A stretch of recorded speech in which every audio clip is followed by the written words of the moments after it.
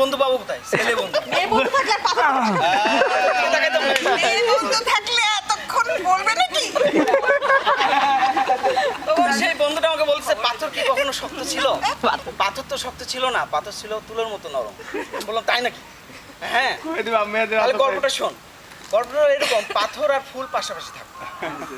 ফুল অপরূপ সুন্দর আর পাথর হচ্ছে পুরুষ মানুষই। ফুলের সৌন্দর্য দেখতে দেখতে পাথর মানে মুগ্ধ, একসময় ভালোই বেশি ফেললো। ভালো যখন বেশি ফেললো তখন ফুলকে তো জানাতে হবে।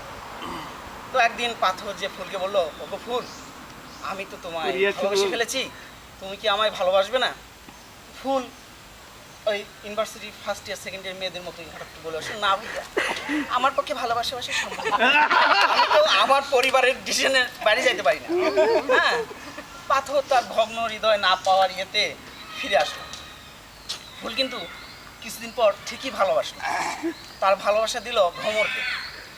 ভ্রমর বেটা প্রতিদিন সানগ্লাস লাগিয়ে মোটর সাইকেলে চড়ে পাথরের উপর চক্কর দিয়ে ফুলের উপর বসে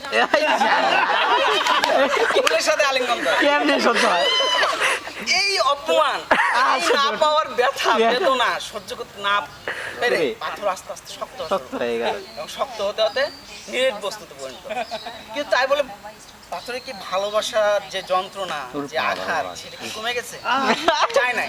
এই জন্য পাথরে পাথরে ঘর্ষণ লাগলে এখন আগুন জ্বলে, ভালোবাসার আগুন। ধন্যবাদ।